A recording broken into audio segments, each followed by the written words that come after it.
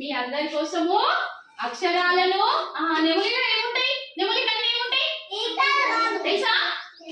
మీకు ఒక విషయం తెలుసా? చిన్నప్పుడు అందరూ నెమలి ఈకలు తీసుకొని బుక్లలో పెట్టుకుంటే అవి ఎక్కువైతే అని అనుకుంటారు తెలుసా? మీ అక్కలు ఎవరైనా మీకు చెప్పిరా అట్లా? మీ నాన్నలు కానీ మీ మమ్మీ కానీ చదువుకున్న రోజులలో.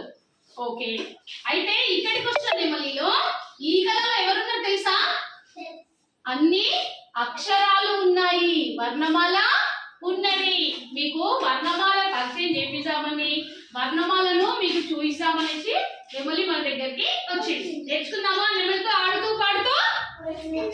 Very good. నేను వర్ణమాల మయూరి తయారు చేయడం జరిగింది. అయితే పిల్లలు నార్మల్ గా వర్ణమాల నేర్చుకోవడానికి రొటీన్ గా బోర్డు పైన వర్ణమాల ఆ నుంచి రౌతి వరకు ఉంటుందని అట్లా చెప్తుంటే బోర్గా ఫీల్ అవుతుంటారు. అయితే ఇట్లా కాకుండా ఒక కొత్త విధానంగా ఉండాలి. పిల్లలు కొంచెం సృజనాత్మకంగా ఆలోచిస్తారు కాబట్టి ఆ విధంగా నేను ఈ వర్ణమాల మయూరి తయారు చేయడం జరిగింది. అయితే వర్ణమాల మయూరిలో అక్షరాలు మాత్రమే ఉంటాయి, ఆ నుంచి రౌతి వరకు అక్షరాలు ఉంటాయి. అయితే మన ఫస్ట్ క్లాస్లో ఏముంటుందంటే ఫస్ట్ వర్ణమాల నేర్పించకుండా పదం నేర్పేయడం. ఒక పదం అంటే పదాల ద్వారా వర్ణమాల నేర్పేయడం. ఫర్ ఎగ్జాంపుల్ ఫస్ట్ క్లాస్లో వర్ణమాలలో కాకుండా పదాలు అంటే తబల, ఫస్ట్ గేయము తబలతో స్టార్ట్ అయి ఉంటుంది. తబల నేర్చుకున్నప్పుడు విద్యార్థి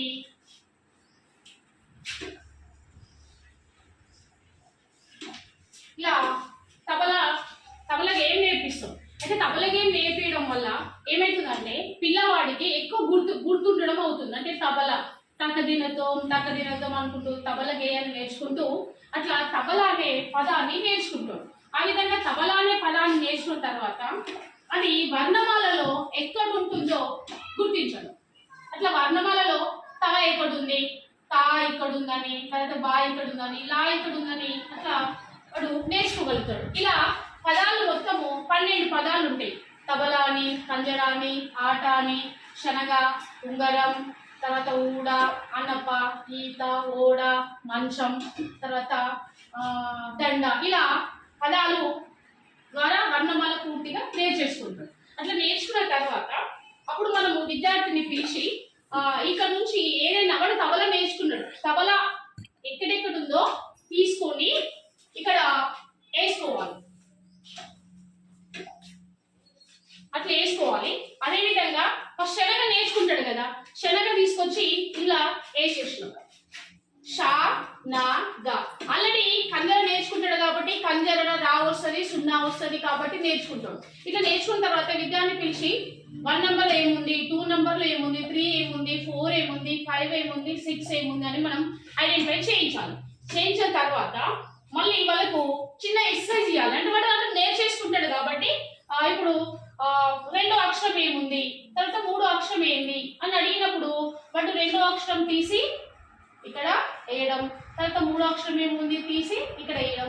అప్పుడు ఏమవుతుంది ఏమవుతుందంటే దగ అవుతుందని చెప్పడం. ఈ విధంగా పదాలను డికోడింగ్ పద్ధతి అంటారు దీన్ని. ఈ విధంగా చేస్తుంటే పిల్లవాడు ఇష్టంగా తనంతట తాను నేర్చుకోవడానికి ఈజీగా ఉంటుంది. ఈ విధంగా ఫస్ట్ క్లాస్లో ఉన్న 12 పదాలతోటి వర్ణమాల పూర్తిగా కంప్లీట్ నేర్చుకుంటాడు. నేర్చుకున్న తర్వాత సెకండ్ క్లాస్కి వచ్చినప్పుడు మనకు సంస్కృత పాఠాలు ఉంటాయి. సంస్కృత ఉన్నప్పుడు వర్ణమాల ఉంటుంది. ఫస్ట్ మనకు వర్ణమాల ఉంటుంది. ఆల్రెడీ వాడు వర్ణమాల నేర్చుకుంటాడు. వర్ణమాల నేర్చుకున్న తర్వాత వర్ణమాలను సెకండ్ క్లాసు కానీ, థర్డ్ క్లాసు కానీ, 4th క్లాసు కానీ, 5th క్లాసు కానీ ఈ కలరింగ్ లో ఈ విధానంలోనే వర్ణమాల రాసి ఉంటుంది. అయితే అక్కడ డైరెక్ట్ వర్ణమాలను మనం చదువు అనకుండా ఈ కలర్ఫుల్ లో ఉన్న వాటిని ఫస్ట్ నీలి రంగులో ఉన్న అక్షరాలు ఏమేమిటో పలకండి అని మనం విద్యార్థులు చెప్పినట్లయితే విద్యార్థులు నీలి అక్షరం ఏమేమియో చెప్పగలుగుతారు. అదేవిధంగా గులాబీ రంగులో ఏమేమి ఉన్నాయి, తర్వాత ఆకుపచ్చ రంగులో ఏమున్నాయి, ఉదా రంగులో ఏమున్నాయి, ఎరుపు రంగులో ఏమున్నాయి అని ఇది first, second, third, 4th, 5th పిల్లలకు అందరికీ యూజ్ఫుల్ అవుతుంది. తర్వాత ఈ వర్ణమాల ఈ రంగులలో ఉన్నటువంటి వర్ణమాలను గుర్తించిన తర్వాత మళ్ళీ పెద్ద క్లాస్ అంటే సెకండ్ నుండి అచ్చులు, అల్లులు అని సెకండ్ క్లాస్ లో పరిచయం ఉంది.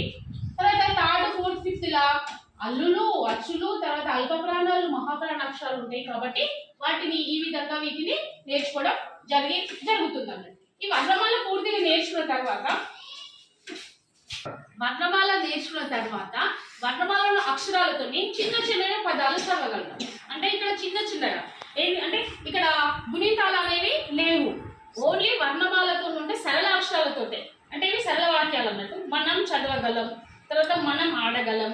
ఈ దండ వనజ దండ, ఆట ఆడడం ఆనందం, ఈ పంట శనగ పంట, ఈ పలక వసంత పలక, ఊయల ఊవడం ఆనందం, వంట వండడం అవసరం, ఈ కలం అమల కలం. ఈ విధంగా వర్ణమాలలో ఉన్నటువంటి అక్షరాలు మొత్తం నేర్చుకోవడం జరుగుతుంది. దీని ద్వారా చిన్న చిన్న వాక్యాలు చదవడం అయిపోతుంది. తర్వాత స్టెప్ ఏంటంటే గుణితాలు పరిచయం చేసుకుందాము.